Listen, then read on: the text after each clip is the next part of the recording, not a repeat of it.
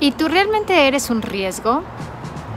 ¿Qué quiere decir un riesgo? Un riesgo, sacado de internet, es la probabilidad de que una amenaza se convierta en un desastre. Ahorita todos hablamos de riesgos, riesgos de contagiarte, riesgos si vas a un lugar donde no debes, riesgos si manejas muy rápido, riesgos si te subes a un avión. Y realmente todos hablamos de riesgos, pero yo te pregunto a ti, ¿qué tanto tú representas un riesgo para los demás? Ayer veía con Carlitos una película que se llama algo así como Vayan a todas las naciones o Todas las naciones, y se trataba de el testimonio de Juan el Evangelista, que estaba siendo cuidado en la isla donde él murió por 2 soldados romanos. Estos soldados romanos empezaron a preguntarle, oye, pero ¿realmente vale la pena o valió la pena todo lo que has hecho? Porque ya estás muy viejo.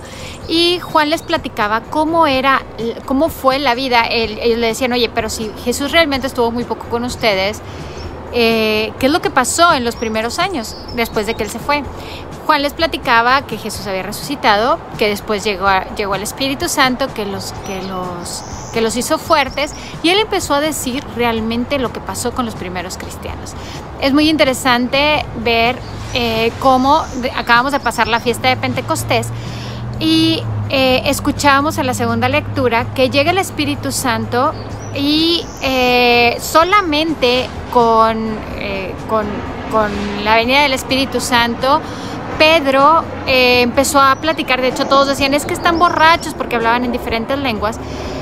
Y Pedro, con solamente su testimonio, o sea, con unas solas palabras, o sea, un solo testimonio, convirtió a más de 3,000 personas.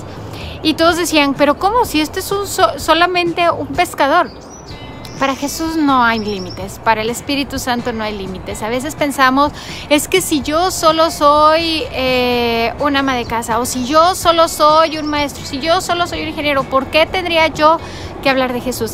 Escuchábamos ahora el domingo pasado en la fiesta de la Santísima Trinidad que Jesús, en el momento en que los va a dejar, les dice, yo no los voy a dejar solos, yo voy a estar con ustedes todos los días hasta el fin del mundo, pero vayan a todas las naciones. Jesús te está mandando.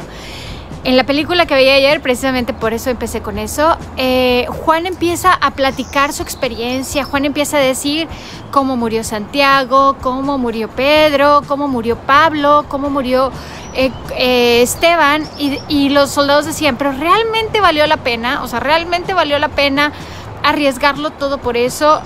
Y en un momento uno de los soldados empezaba a pensar, es que es tan maravilloso esto que nos platicas, y el otro soldado le decía, ¿te estás dando cuenta del riesgo que representa este viejo? Y él decía, ¿pero cómo va a representar?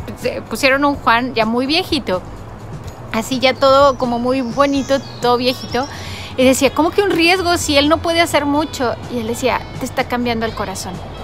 Ese es el riesgo que tú tienes que ser para el mundo. Ese es el riesgo que tú tienes que representar para el mundo. Que cuando te vean a ti digan, él es un riesgo, porque cada vez que habla se le nota el Espíritu Santo y corro el riesgo de convertirme al cristianismo. Ahorita todos sabemos que hay muchísimos católicos en el mundo. De hecho, una estadística dice que la cantidad de católicos en el mundo está creciendo, pero la cantidad de católicos que creen en la Eucaristía, la cantidad de católicos que realmente asisten a misa, la cantidad de católicos que creen en la real presencia de Jesús ha bajado significativamente. Todos sabemos que anteriormente las abuelitas, anteriormente las mamás siempre decían, tienes que ir a misa porque te hace bien a tu corazón, tienes que ir a misa porque ahí está nuestro Señor. Ahorita estamos tan ocupados que no representamos ningún riesgo.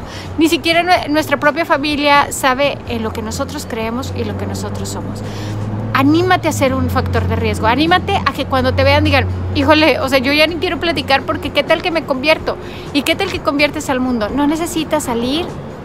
Jesús te está mandando a todas las naciones, pero todas esas naciones significa tu casa, tu trabajo y tu lugar donde estudias. Te invito a que realmente seas un factor de riesgo, a que confíes en ti y que confíes que el Espíritu Santo vive en ti. Yo soy Gisela y recuerda que lo mejor está por llegar.